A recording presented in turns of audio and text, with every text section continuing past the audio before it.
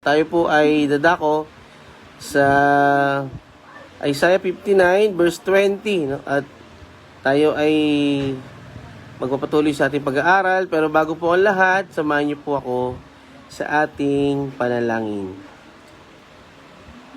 Panginoon, dakila sa lahat, maraming salamat po sa araw na to, sa patuloy na biyaya ng kalakasan, buhay at karunungan, Panginoon. Sa gabi ito ay kami ay dumudulog sa iyo na kami samahan mo. Ikaw ang manguna at ikaw ang magbigay sa amin ng karunungan. Maunawaan namin ang bawat salita mo, Panginoon, na ito'y mas tumatak sa amin at maipamuhay namin ito at makapagbigay sa iyo ng kaluguran, Panginoon. Naway, mga kapatid na hindi pa namin nakaka-join sa oras na ito ay sana po ay makasama namin at sabay-sabay kaming matuto at lumago. Yeah. Maraming salamat po, Panginoon. Sa iyo lamang po ang lahat ng papurit parangal. In Jesus' name, Amen. Ayan, so kagabi nga po, natalakay natin ang verse 19. Tayo ay magkakaroon lang ng konting pagbabalik, no? At para po maano natin yung yung ating napag-aralan kagabi. Dito nga po ay sinabi sa 19, kaya katatakutan siya ng mga taga-kanluran at dadakilain sa dakong silangan. Darating si Yahweh tulad ng malakas na agos ng tubig, gaya ng ihip ng malakas na hangin. Yan. So dito po nakita natin na ang pagdating ng Panginoon, at ito nga po ay ang konteksto ng talatang ito ay tumutukoy sa ang malapit o immediate na konteksto ay sa panahon ng pagpaparusa sa mga umapi sa Israel. So ito nga po ay ang Babylonia at ang Assyria. At ang isa pa ay ang pinakadulo, ultimate na konteksto ay sa panahon ng pagpaparusa sa lahat ng hindi susunod at hindi mananampalataya sa Kanya sa panahon ng kapighatian o tribulation at sa panahon ng paghatol or judgment day. So tinukoy nga rin po dito yung silangan at kanluran, no? At yung silangan ay alam natin doon sumisikat ang araw. So ito po ay pasimula at paglubog ng araw, katapusan, end to end. At ito ay tumutukoy sa buong universo, no? East to west is kabuuan ng from beginning to end. Ibig sabihin all boundaries, lahat ng sakop po sa lahat ng sulok ng mundo, no? Sa lahat ng bansa. Yan, so ito nga po ay nagpapaalala sa atin na hindi mapipigilan ang kapangyarihan ng Diyos at ang kanyang pandaigdigang layunin na ipakilala ang kanyang kaluwalhatian. At again, tinatawag tayo nito, no, na mamuhay ng may paggalang sa kanya. So magtiwala sa kanyang intervention, sa banal na intervention ng Diyos, tayo ay makilahok o makisama sa kanyang misyon na magdala ng kaligtasan. At ito nga po yung pagbahagi ng mabuting balita, no, ng Ebanghelyo. At again, dito ay ang pangako ng Diyos na siya ay darating upang iligtas ang mga taong inapi, sa part po ng mga umapi sa Israelita, sa Israel, at syempre sa dulong panahon sa mga hindi nanampalataya sa Kanya. Again, yung salvation po, it covers universal, no? Universality of salvation na nabasa po natin or pinakakilalang verse, John 3:16, no? Sa buong sanlibutan. Kaya lang, 'di ba, may sinabi doon na kung sino po yung mananampalataya. Yan, siya po yung magkakaroon ng buhay na walang hanggan at hindi mapapahamak. Yan. So, napakagandang mensahe ng verse 19 na tayo ay inaayayahan na magtiwala at patuloy na sa Panginoon umasa, no? Dahil ang kaligtasan ay kanyang gagawin para sa atin. Yan. Sa verse 20, dadako na po tayo sa ating aralin ngayong araw, ngayong gabi. Sinabi ni Yahweh sa kanyang bayan, pupunta ako sa Zion upang tubusin ang mga taong mula sa lahi ni Jacob na magsisi sa kanilang kasalanan. So, again, ito po yung ano, no? Ito po yung tinutukoy rin sa verse 19 na yung pagliligtas ng Panginoon, no? At dito sinasabi sa tate ng talata na ang pagdating ng manunubos, tumutukoy ito sa isang tagapagligtas, no? Sa isang manunubos na hindi lamang nagsisilbing propesiya, kundi ito po ay pagdating mismo ng Mesiyas, no? At ito po ay pati na rin bilang isang panawagan para sa lahat, no? Para sa atin na tayo ay magsisi sa ating mga kasalanan, no? Again, isang panawagan para sa pagsisisi at pagtubos. Yan. So, sa talatang ito, makikita natin na ipinapangako ang pagdating ng isang manunubos at upang iligtas at ibalik ang bayan ng Diyos. Tinatalakay dito ang pagbaba ng Diyos sa Zion upang iligtas ang mga taong magsisisi sa mga kasalanan at manunumbalik sa Kanya. Ito nga po yung mga taong Kanyang pinili at itinalaga sa kaligtasan. At yun po yung yun yung talagang kailangan natin na maunawaan sa talatang ito, na ito po yung nag-aalok, no? Nag-aalok sa lahat, nag-aalok sa atin. At sinabi to sa John 3:16, no? Na kung sino nga po yung manampalataya ay magkakaroon ng buhay na walang hanggan. At ito nga po yung kasama sa pagliligtas ng Panginoon. So, ang pagpunta ng Diyos sa Zion ay maaaring tumutukoy sa literal na pagdating ng Panginoong Hesus. Alam naman natin na yung una niyang dating, no, siya pa ipinanganak at nagkatawang tao, no, at yung pangalawa ay yung sa dulong panahon. Okay, sa kanyang pagsilang bilang tao sa pagsisimula ng bagong tipan, at ito rin ay sa kanyang pagbabalik sa panahon ng pagtatayo ng Millennial Kingdom sa Zion. Okay, so ito po yung tutukoy sa talatang ito. Okay, ang kondisyon po para sa pagtubos na ito ay pagsisisi, no? Pagsisisi, pagtalikod sa kasalanan, at pagbabalik loob sa Diyos. Yun po yung ito yung paulit-ulit na mababasa natin sa Biblia, no? Na tumatawag, nag-aalok, sa atin, nag-aanyaya na mayon nga po, no, manumbalik sa Panginoon, magsisi sa kasalanan. At nakita natin na dito sa talata 20 ay ito yung kondisyon, no? Ito yung dapat gawin ng tao. So ang Zion ay sumisimbolo sa lungsod ng Jerusalem, ngunit kumakatawan din ito sa bayan ng Diyos sa kabuuan. So ang talata ito ay isang makapangyarihang paalaala ng katapatan ng Diyos na magdala ng kaligtasan sa mga nagpapakumbaba at humahanap sa Kanya. So, yun nga po, no, sa mga taong manunumbalik, mga taong mananampalataya at magtitiwala sa Kanya, ay ito po yung mga taong ililigtas niya, no?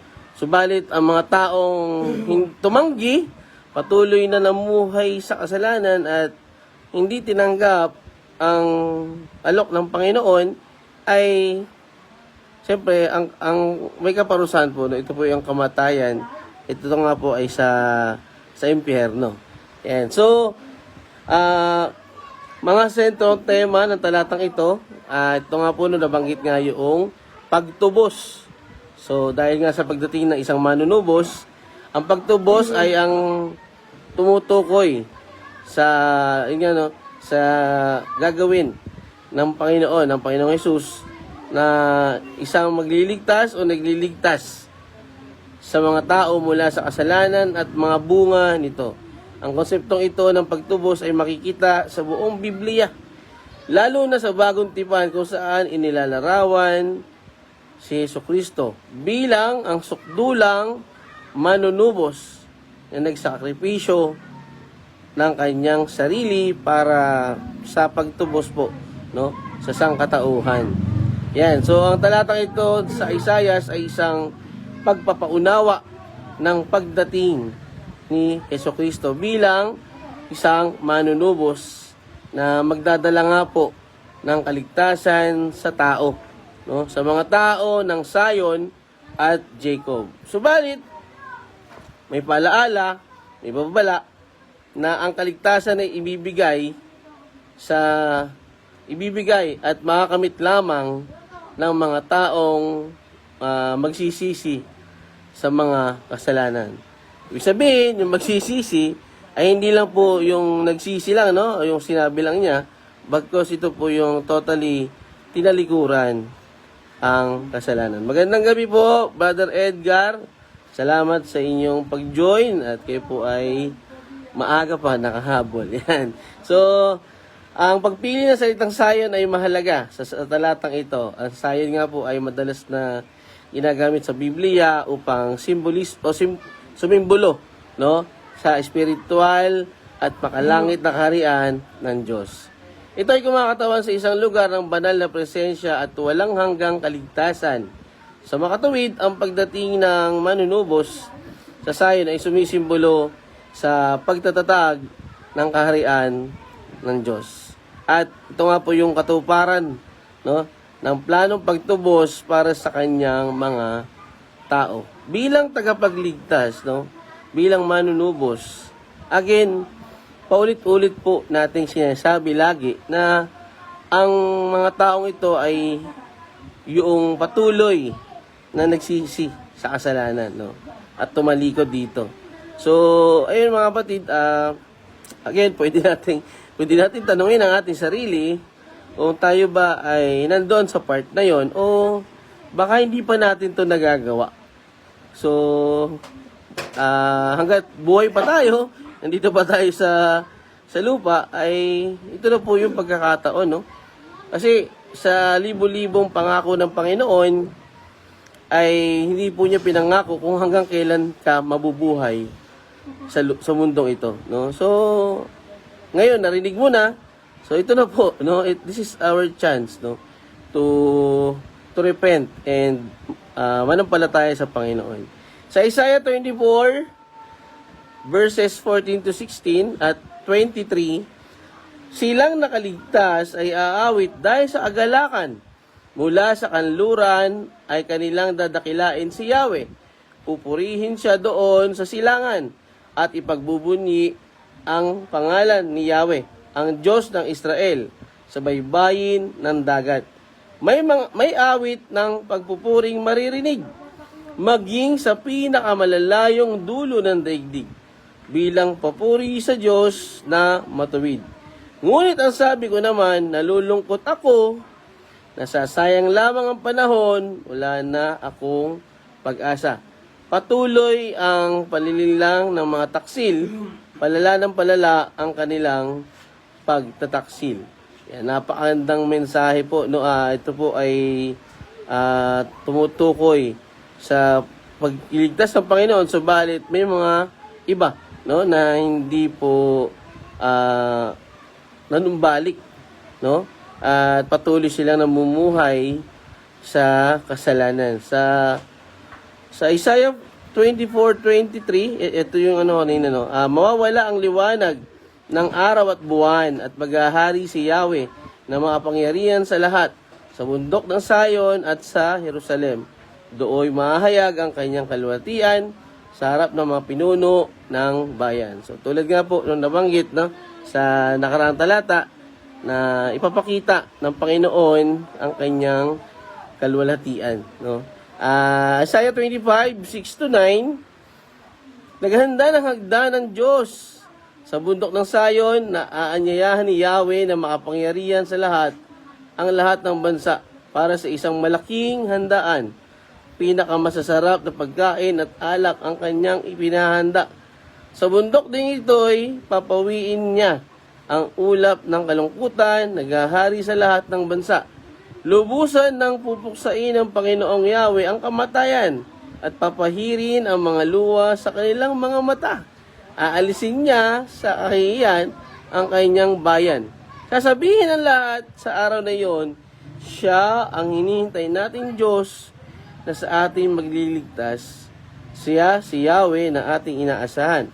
Magalak tayo at magdiwang sapagkat tayo'y kanyang iniligtas. No? Pinakita po, inilarawan yung itsura ng kaligtasan. Yung pupuntahan natin, yung langit, no?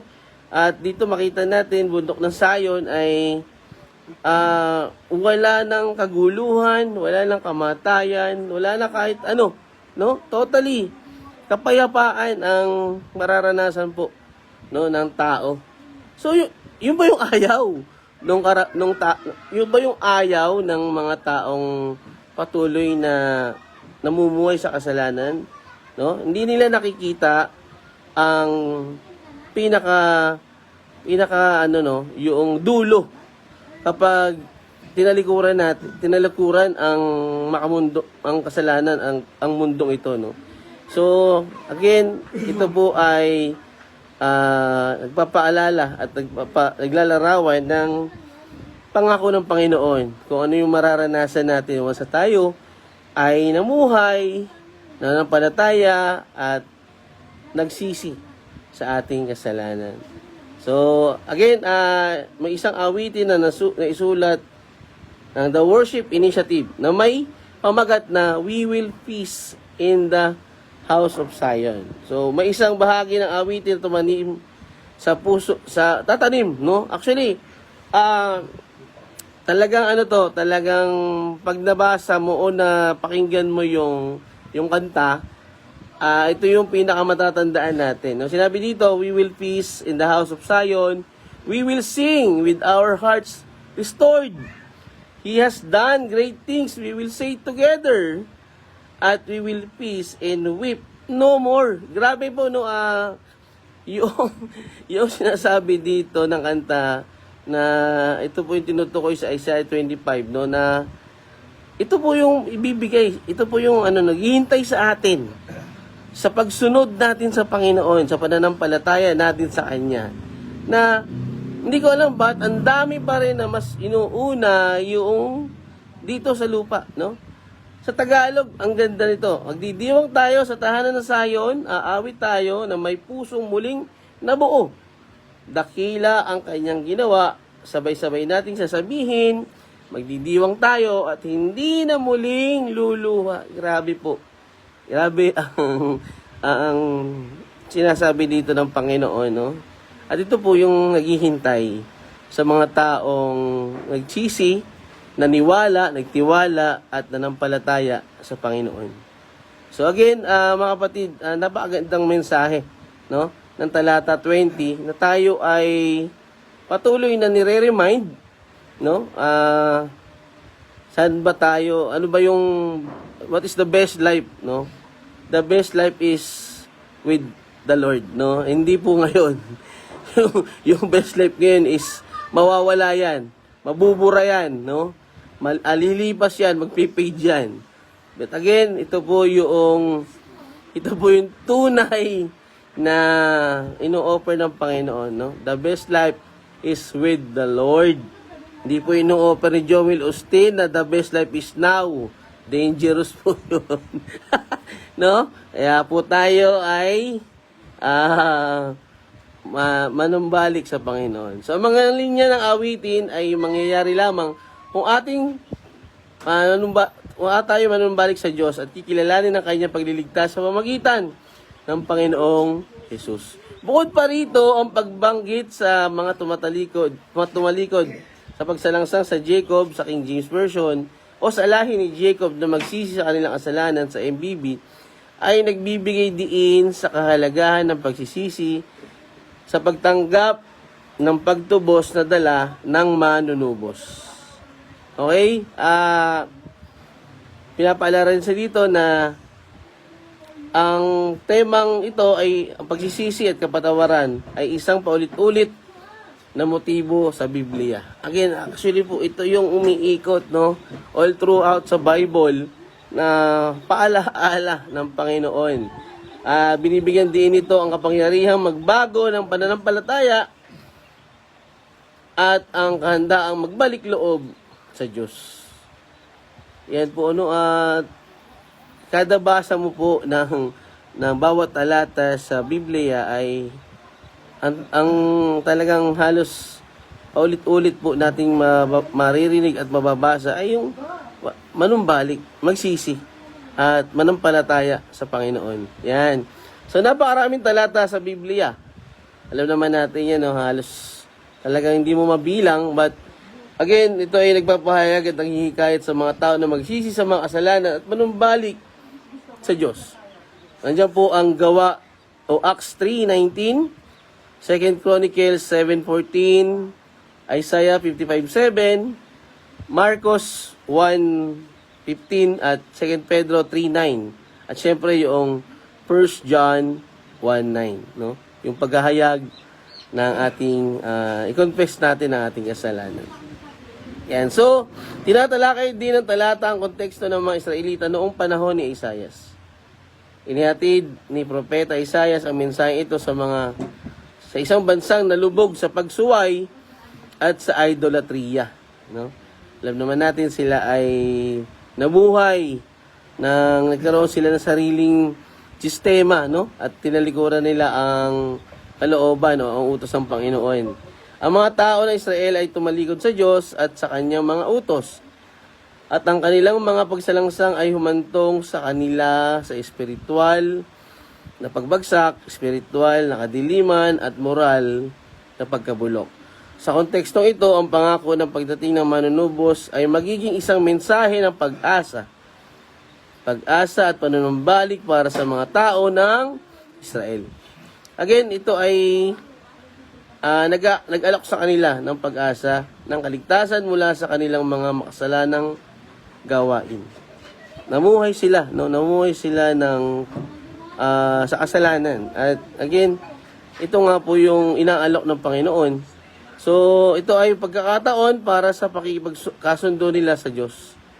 No? Gabi po, sa kabila ng kasalanan, pagsuway, pagtanggi, nandun pa rin po yung paanyaya o alok ng Panginoon. Sa ating kapanahunan, mga kapatid, ang mga taong tinutukoy dito ay hindi lamang Hudyo, no? Hindi lang mga Hudyo, hindi lang lipi ng Juda, salip. Kasama tayong lahat, no? Kasama tayong mga hintil na pinili rin ng Diyos, syempre. Okay? Tayong mga hintil na pinili rin ng Diyos at kanyang iniligtas. Sa Efeso 3:6 at Roma 11:17 to 24. So, bukod pa rito ay ang simbolismo ng Zion at Jacob sa talatang ito ay nagdadala ng mas malawak na mensahe na lampas sa partikular na konteksto ng kasaysayan ng Israel. Ito ay tumutukoy sa pangkalahatang pangangailangan para sa pagtubos at sa inklusibong katangian ng plano ng Diyos na tumutubos. Okay, ang pagbanggit sa Zion at Jacob ay kumakatawan sa piniling bayan ng Diyos. Ngunit umaabot din ito sa lahat ng bumabaling sa Diyos. No? Mga nagtitiwala at nananampalataya sa Diyos. No? At sila yung mga nagsisi, no? May pagsisisi, nagsisisi, patuloy na namumuhay. Hindi po yung mga naninisi, ha? Yung po mga nagsisisi lang. Hindi po yung mga naninisi. Magkaiba po yun. Okay? So, yun po, no? Ipinapahayag na talatang ito ang ideya na ang pangako ng pagtubos ay hindi po limitado. Okay? Hindi po limitado sa isang bansa. Natalakay nga po natin last night, no? Kundi ito po ay naghahangad, tumutukoy sa sanlibutan at naghahangad po ng pakipagkasundo sa Panginoon. So, bilang konklusyon, sa pagtatapos, ano ba? Konklusyon, no? Ang talatang ito ay nagpapakita ng isang makapangyarihang mensahe ng pagtubos. Again, pagtubos sa pamamagitan ng Panginoong Hesus. Pagtubos, pagsisisi at banal na interbensyon na asahan nito ang pagdating ng sukdulang manunubos na magdadala ng kaligtasan sa mga tumalikod sa kanilang mga pagsalangsang. Again, binubuod ng talata ang mga pangunahing tema ng Biblia, kabilang ang gawaing pagtubos ng Diyos ang kahalagahan ng pananampalataya at pagsisisi at ang kanyang pangkalahatang alok o paanyaya sa lahat ng kaligtasan. Again, dahil dito patuloy itong tumatatak sa mga mananampalataya bilang isang walang kupas o walang katapusang pagpapahayag ng pag-asa at kaligtasan sa pamamagitan ng ipinangakong manunubos na ang Panginoong Jesus. Okay? So, again, ito nga po ay nangyari sa panahon ni Propeta Isaiah, na sa panahon ng Juda, na naharap nga po sa paghatol dahil sa kanilang paghimagsik sa Diyos. Okay, so itinatapok din ng talatang ito ang dalawang pangunahing katotohanan sa teolohiya. Ang papel ng Diyos bilang manunubos at ang pangangailangan ng pagsisisi. Again, ang pagtubos ay ganap na gawain ng Diyos. Again, siya lang po ang may kakayahang magligtas at gawin ito. Siya ang nagkukusa upang iligtas ang kanyang bayan. Kasabay nito, kinakailangan ng pagsisisi sa bahagi ng mga tumatanggap ng kanyang kaligtasan.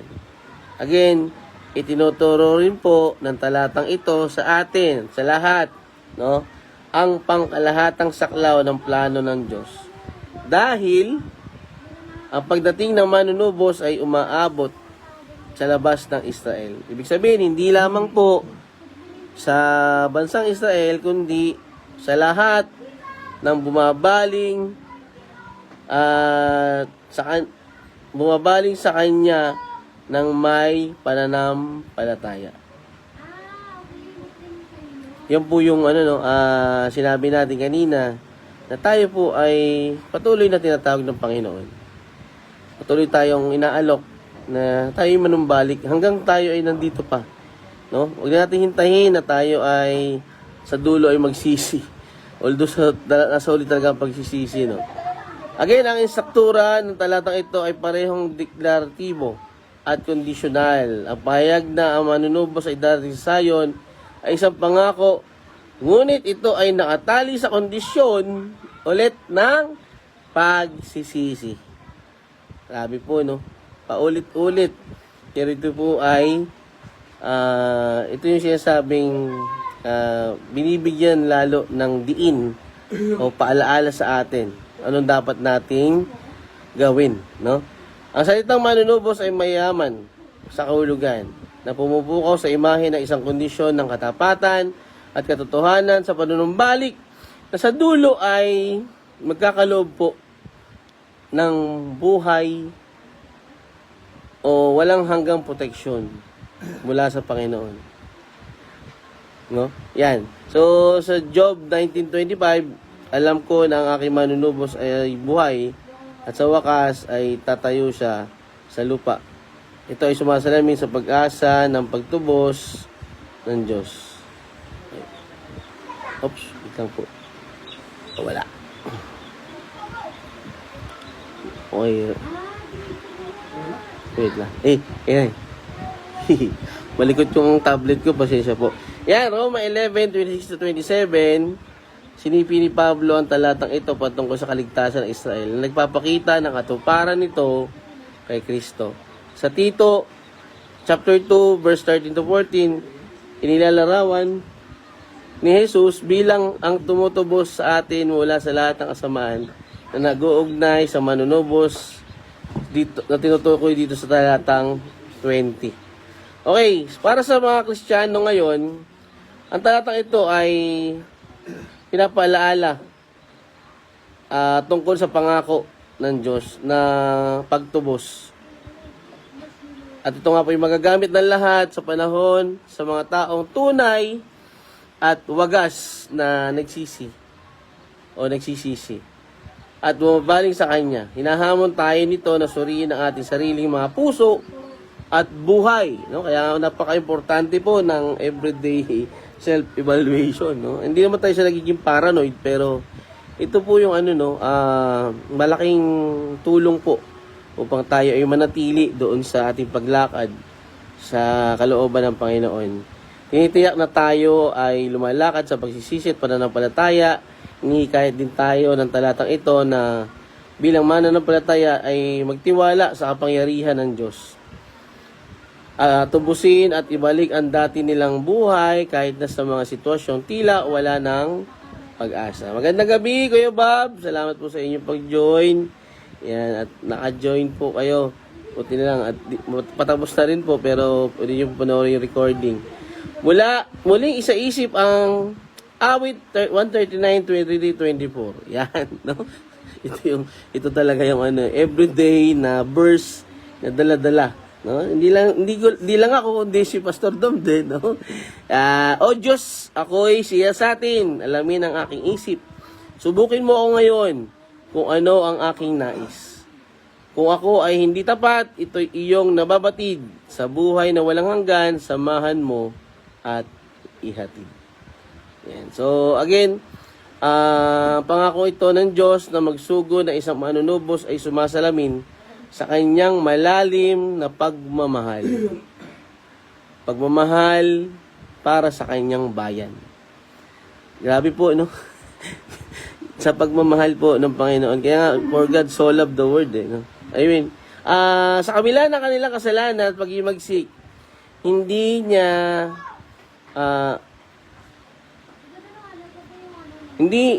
sila pinababayaan, kundi nagbibigay siya ng daan para sa pagpapanumbalik. Ang kanyang panawagan sa pagsisisi ay isang gawa ng pagmamahal na nag-aanyaya sa mga tao na bumalik sa kanya at maranasan ang kanyang kapatawaran at biyaya. Ang pag-ibig ng Diyos ay nakikita sa kanyang kahandaang humarap sa mga sugat ng sangkatauhan at magdala ng kagalingan at pag-asa. Love does not keep the record of wrong. Wala pong hindi kayang patawarin ng Panginoon. Walang kasalanan ang hindi kayang patawarin ng Panginoon. Kaya po tayo ay inaanyayahan, no? Inaalok tayo dito sa talatang ito na tayo ay magsisi at manumbalik sa Panginoon. Again, itong talatang ito ay ganap o nakatagpo ng ganap na katuparan kay Hesukristo. Siyempre, siya po yung manunubos, no? Siya ang manunubos na naparito upang iligtas hindi lamang ang Israel kundi pati na rin ang buong sangkatauhan. Sa pamamagitan ng kanyang kamatayan at muling pagkabuhay na isa katuparan ni Jesus ang pagtubos na inihula or na prophesy, no? Na propesiya na mula kay Propeta Isaiah no, na sa Efeso 1:7 tinatawag niya ang lahat ng tao sa pagsisisi na nag-aalok ng kapatawaran at bagong buhay sa mga nagtitiwala sa kanya. Ang talatang ito ay tumutukoy din sa ikalawang pagparito ni Jesus kung kailan niya lubos na itatatag ang kanyang kaharian at ibabalik ang lahat ng bagay. So, again mga kapatid, ang talatang ito ay patuloy na tayo tinatawag.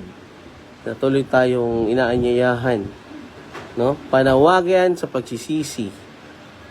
Tunay na pagtubos, pero mayroong kondisyon magsisi. Again, pangako ng katubusan o pagtubos na sa pamamagitan ng Panginoong Hesus na tayo ay kanyang tutubusin mula sa ating kasalanan at ililigtas tayo, no? So, ang sa Isaiah 59:20 ay isang makapangyarihang paalaala ng katapatan ng Diyos na tubusin ang mga bumabaling sa Kanya.